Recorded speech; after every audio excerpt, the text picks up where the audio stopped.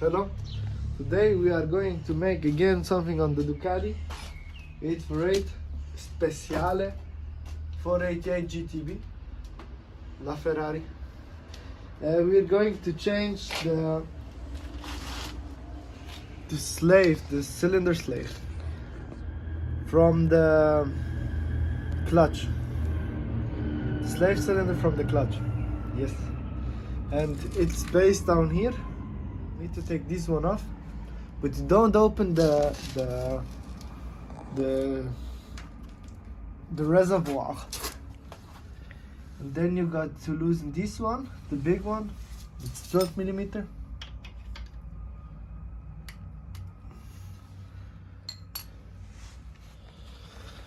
I would recommend to have every time some papers.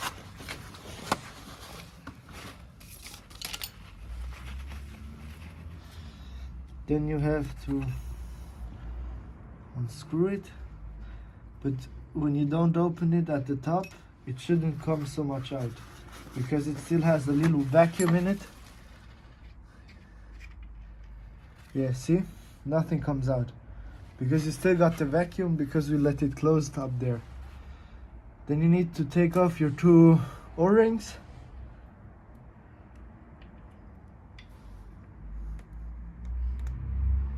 Every time take new ones, you know how it goes. Then you can take your inboss. I think this is the 6 millimeter. Yeah, it's the wrong one. This one. And you can just unscrew all these 3 screws.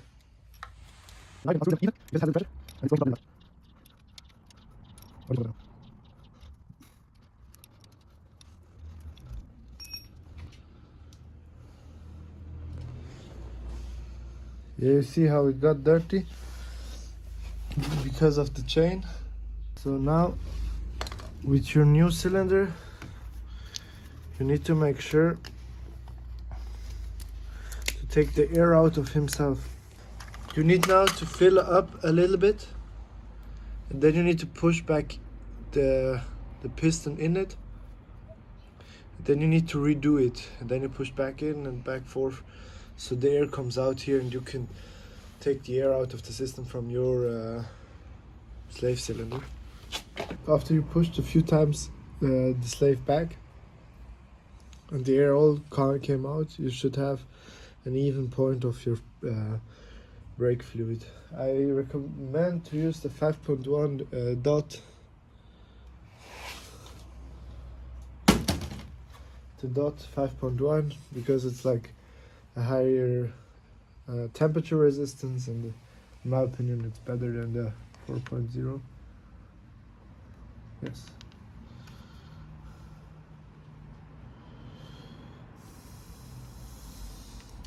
So now you should put the slave back even in, so you don't have an unregelmäßiges unregularly Anzug tightening. Always, if you got too much in it, it will bump it, so it don't make a mess around everything. So now you need to clean first your old screw. This one should it be.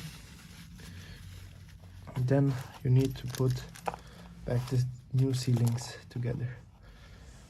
First one, the second one you need to put underneath.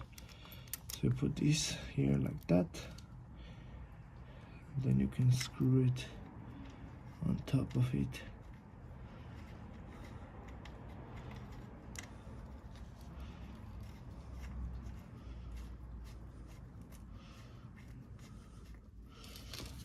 Like it's never wear away.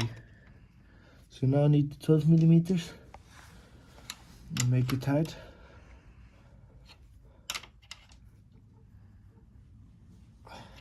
So, and now you need to flush your whole system, and after the flushing you can clean everything. I used to flush. I put where is the 8mm? You need to, first off you need the reservoir with a bit of water or something in it, so it can make air in the system. And then you can push it at the top of your screw, and you need to look that it's on the water. And now what you basically need to do is open your reservoir at the top, this one, the small one. You need to open this up, wait, this one, and take your plastic shit away.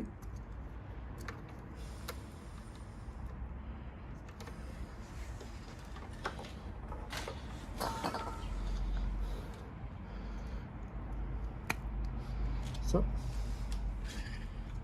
now you can fill a bit of your brake fluid in there, but it seems to be like very full. Now you just need to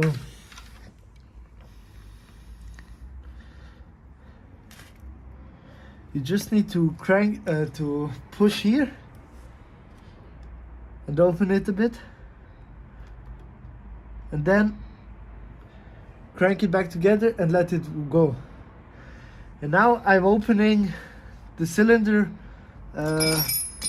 hose, the screw again, and at the same time I first off push here to got a bit of pressure in the system, and I crank it up, and now I make it tight again, and I release it again, and that a few times until every air bubble is out of the system. Every time make sure you got enough brake fluid in your reservoir, and that's how you can flush your whole system. Now the air is everything out. You can see here I put them 3 screws back together, and the gum is on top of it. So after you change your slave cylinder, you can come back to your rear tire. The front brakes are literally easy. It's like it's the clutch cylinder to let the air out, to flush, and on the back back tire it's actually other. You need to remove, at this model you need to remove the center hub, the wheel, and take your brake caliper up, because the flush nut is on the bottom, and the air is how the techniques work. Air is up because the brake fluid is down. So if you flush it down here, the air is going to still be up here. So you need to take your caliper out and put it at the top so you can flush it better.